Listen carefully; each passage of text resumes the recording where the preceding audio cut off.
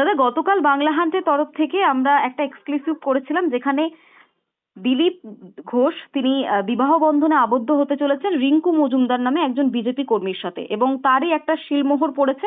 আগামীকাল নিজ বাসভবনে তিনি বিবাহ বন্ধনে আবদ্ধ হতে চলেছেন। কি শুভেচ্ছা বার্তা থাকবে?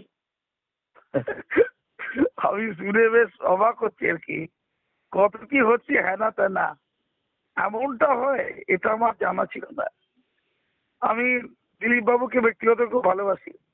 উনি একটু রোমান্টিক মানুষ, জানি, রসালো মানুষ, রোমান্টিক মানুষ, খোলামেলা মানুষ, স্পষ্ট বক্তা। উনি করেন না আর কি। তো ওনার মনে হয়েছে একটা বয়সে আসার পর একাকিত্ব ঘোচানোর।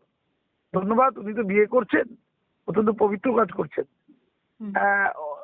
ওনার ওনার এতদিনকার যে চিন্তা ভাবনা ছিল বিয়ে করবেন না উনি, পরিবর্তন হয়েছে, মানুষের চিন্তা ভাবনা তো পরিবর্তন হয়।